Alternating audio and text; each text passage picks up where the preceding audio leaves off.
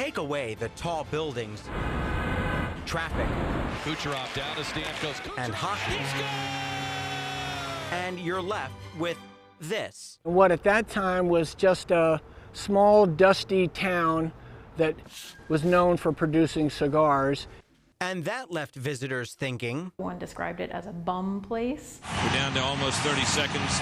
Just before the turn of the century. Happy New Year! No, not this one.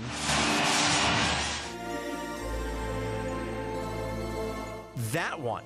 When the 1800s became the 1900s, Tampa was known for cigars and Balls every evening, live music every day. This was easily the nicest hotel in the state of Florida. Henry Plant's Tampa Hotel. It had electricity in every room, you had a telephone in every room, really luxuries that you didn't have anywhere else. A group of powerful Americans, including Teddy Roosevelt, wanted to push the Spanish out of Cuba after the sinking of the Maine. Remember the Maine? The hell was Spain. But it was the spark that ignited our participation. Teddy recruited horsemen from New England to train for adventure in the Caribbean.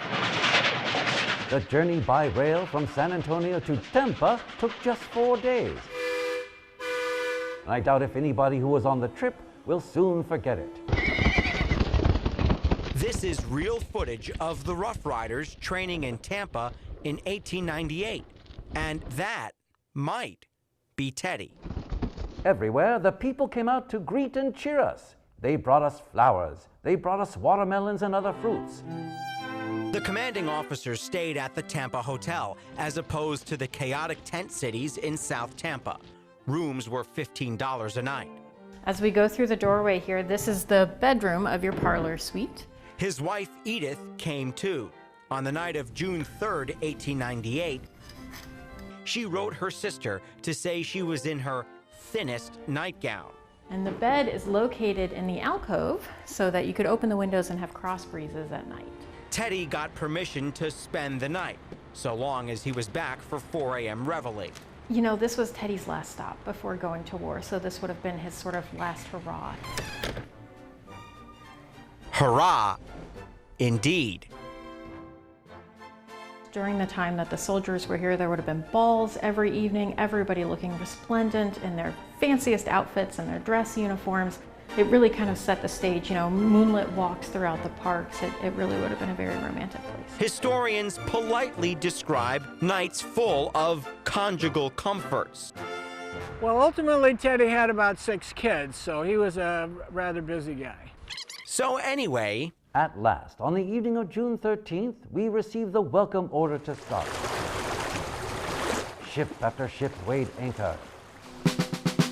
the Rough Riders disembarked for Cuba from what is now Picnic Island. The bands playing, the flags flying, the great fleet steamed southeast until the Tampa light sank into the distance.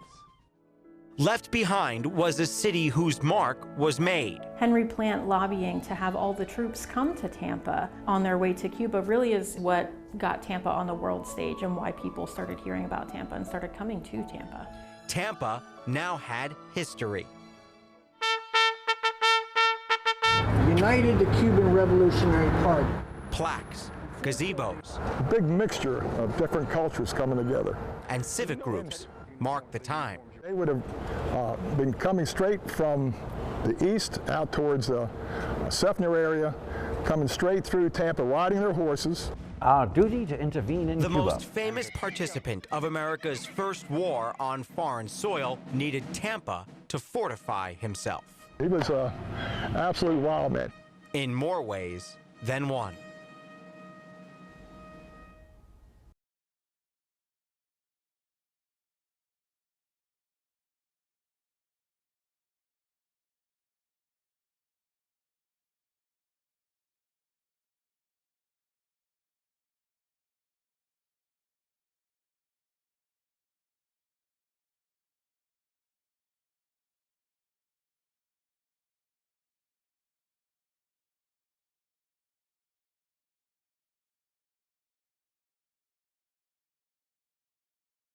And they were instilling spirit in the whole area, the city of Tampa, and hopefully the whole country.